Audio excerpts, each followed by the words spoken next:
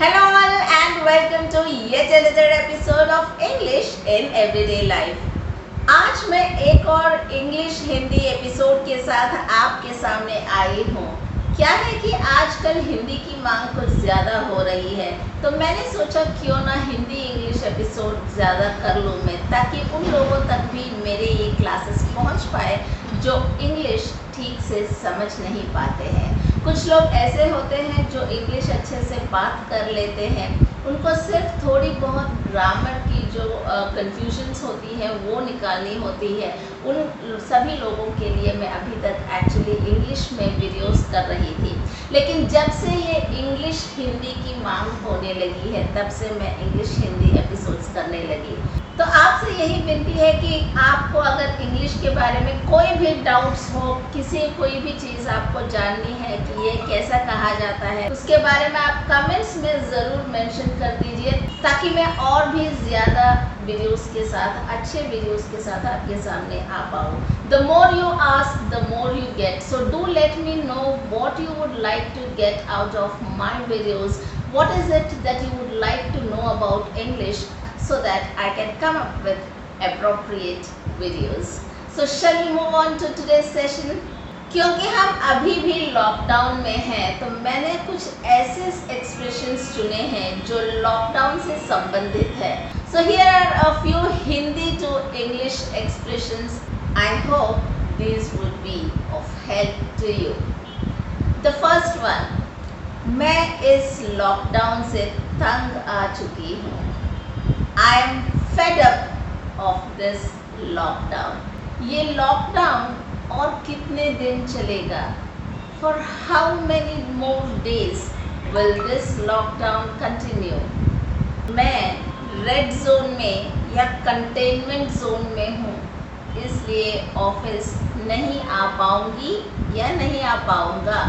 I am in the containment zone or the red zone.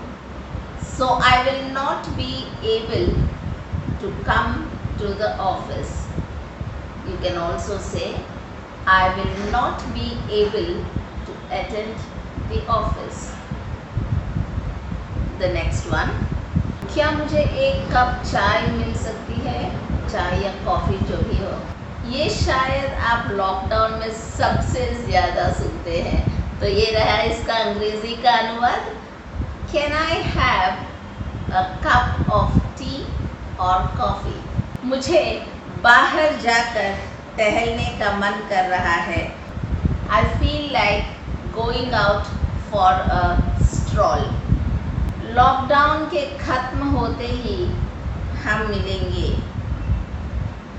We shall meet as soon as the lockdown is lifted or the lockdown is relaxed. काश ये corona दुनिया से गायब हो जाता।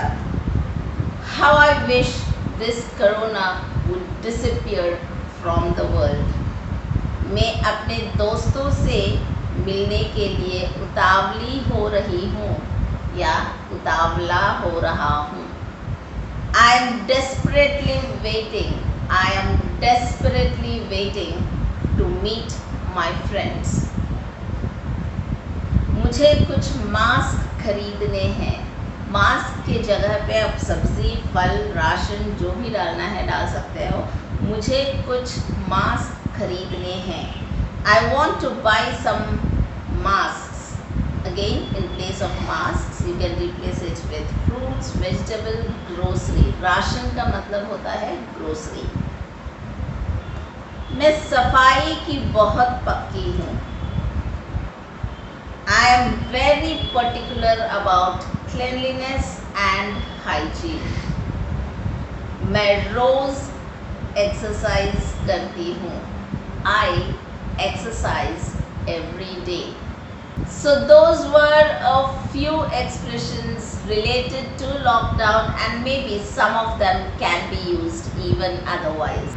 I hope these were useful to you. Comments में ज़रूर बताइए कि आपको ये वीडियो कैसा लगा, and if If you really like the video and if you gained something out of it, please do not forget to hit the like button, share the video as much as possible, and if you haven't subscribed yet, please do subscribe. Your subscriptions are important for us. Stay tuned for my further videos. Bye bye and see you soon.